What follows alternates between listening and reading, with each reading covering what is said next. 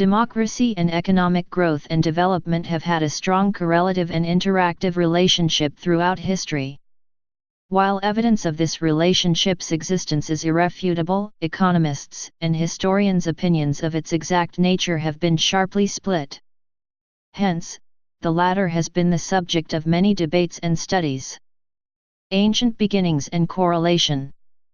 The period of ancient Greece 4th century BC and later of the Roman Empire marks the beginning not only of democracy, but as well as its connection to economic growth. All throughout history, up until the present, they have stayed intertwined. While there is no doubt of their existing relationship, whether it being in favor of economic development or democracy, there is no evidence to claim that it is in fact a causal relationship. In other words, a country that undergoes democratization does not have to necessarily experience economic growth, most often measured in income per capita, or vice versa. For every such case there exists a counter-example. What this means is that there are multiple factors, such as political stability and political institutions, social insurance, government capacity, religion, and many other which influence the outcome. In two similar countries, almost identical democratic regimes can yield completely different results. However, the concepts highly complement each other, and in cases through history where they were separated there has been great difficulty. Effects of democracy on economic growth. Democratization of a country from a non-democratic regime is usually preceded by a fall in GDP, and a volatile but expected growth in the long run, while on the other hand authoritarian regimes experience significant growth at the beginning and decline in the long run. The cause of such behavior is that non-democratic regimes, mainly authoritarian ones, are more effective at implementing decisive policies and choices as well as solving ethnic and subnational conflicts, but are unsustainable in the long run as there is more incentive to extract money from society, which in turn leads to less prosperity.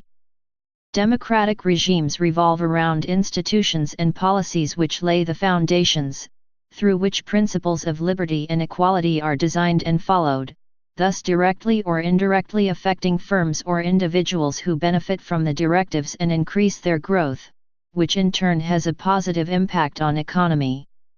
The positive changes of democracy to economic growth, such as delegation of authority and regulations of social conflicts, heavily outweigh the negative and restrictive effects, especially when compared to autocracy. One of the main reasons for this is that society, i.e. voters, are able to support difficult trade-offs and changes when there is no perceived alternative. This is primarily true in countries with a higher level of education. So it ties the development level of a country as one of the decisive factors to undergo positive democratic changes and reforms.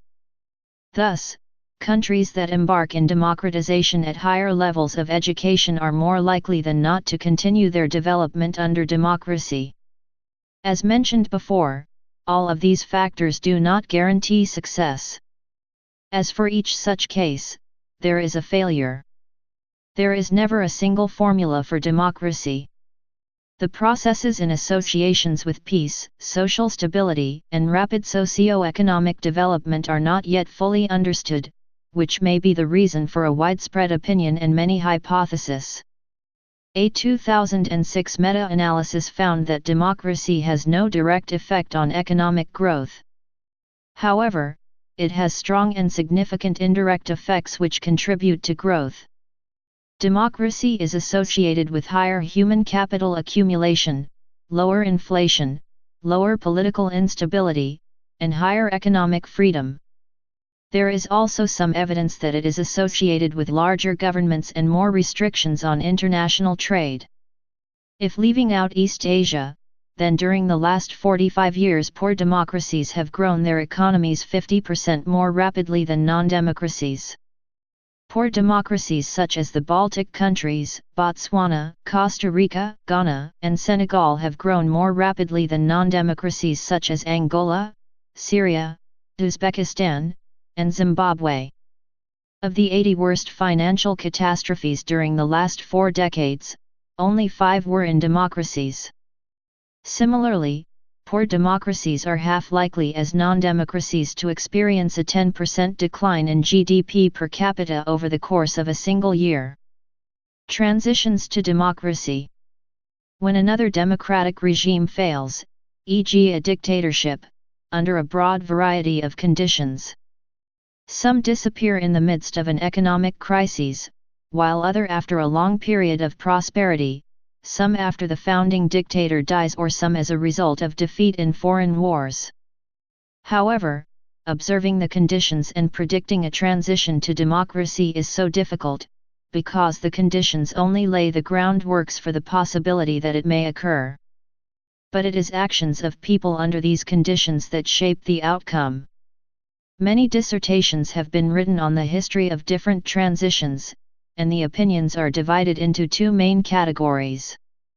One party proclaims that it boils down to the creation of civil society, which comes to fruition almost of itself. A process fostered by transformations of the social structure.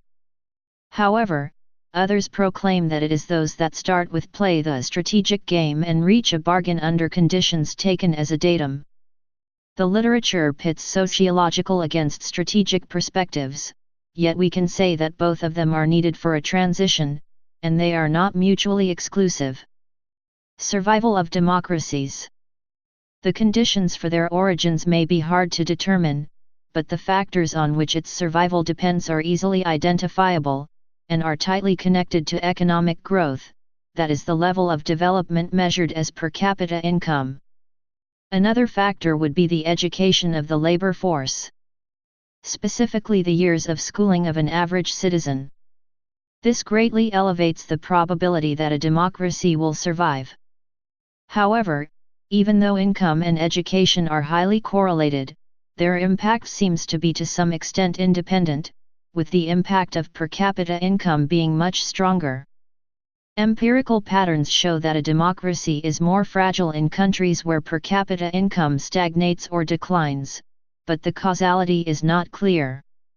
The fact that economic growth is tightly connected to democracies does not come as a surprise, since democracies are more frequent among the economically developed countries, and are rarer among poor ones. Effects of economic development on democracy. The notion of economic growth having a greater influence on democracy was a very popular opinion in the 1950s. The most important work on the subject has been done by Lipset 1959, where he states that economic development is one of the prerequisites for democracy. However, this is not true. Both concepts are of equal importance, and there are many cases where one acts as a prerequisite for the other, i.e. highly influencing the outcome. Economic development may influence democracy in many ways. By tightening the revolution constraint, creating rising inequality, or simply increasing the level of income in the society. And while the increase in GDP may be the primary method of measurement, there is much more, such as forming or greatly changing productive relationships, migrating firms and workers to cities, up to affecting human capital and technology. This means that as an economic structure transforms, and since it is related to capital intensity, capital itself becomes more important than land, which is one of the reasons that states with a higher income per capita would generally perform better. As mentioned, the causality of economic development and democracy is inconclusive. However, if we consider that democracy should be supported by some preconditions, it is economic growth that creates these conditions for democracy: industrialization, urbanization, widespread of education and literacy, wealth, and a strong middle class which are involved with the protection of their right and issues of public affairs. Work done by Lipset is best well known on this topic. By his comparative studies, Lipset shows a strong statistical association between GNP per capita and the level of democracy, to finally conclude that the more well-to-do a nation, the greater the chance that it will sustain democracy. It is especially relevant in just shaping democracies, even though they may survive in poorer conditions. As democracies require certain political institutions, it is quite interesting that they do not have a high impact on economic growth. What matters for economic development is, in fact, political stability, rather than a particular political institution. As it is safe to assume that any political institution will promote development as long as it is stable, which means that the danger lies in political instability. And as measured in the past by the frequency of strikes, demonstrations, riots, it is much greater in democracies, and a lot less likely in e.g. dictatorships. Yet, political instability does not affect economic growth in democracies, only in dictatorships.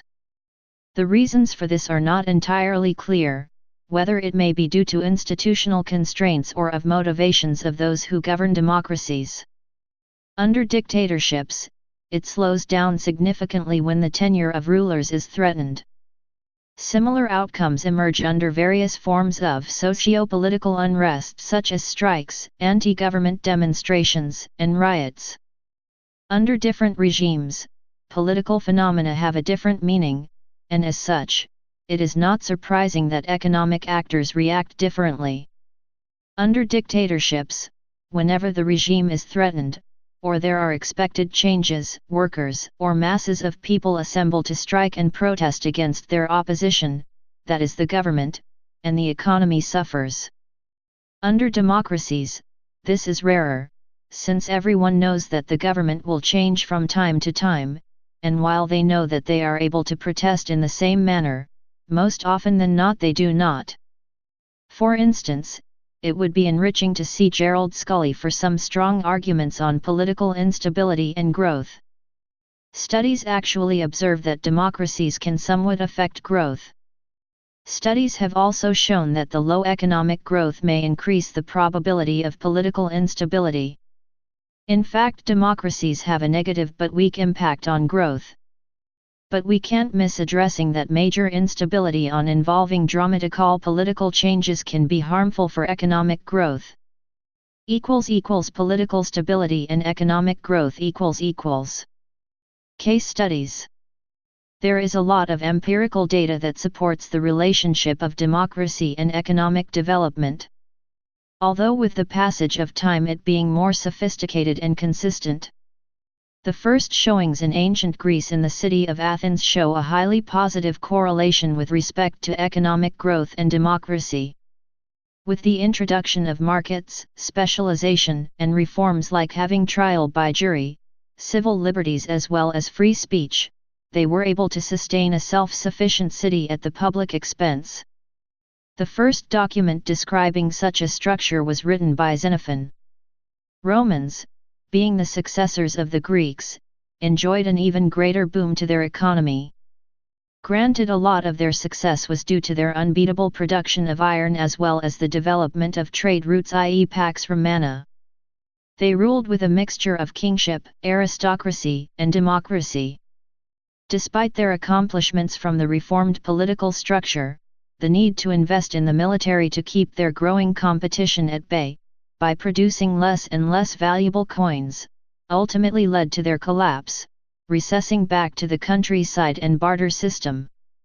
England is another prime example, during the period of the transition from mercantilism to liberalism.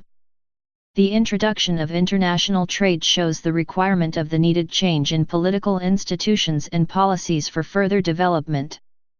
Individuals which enjoyed more political power due to their increased profits in international trade influenced the political institutions to grant them the tools to further their own goals, creating different policies, by which the economy grew as a whole.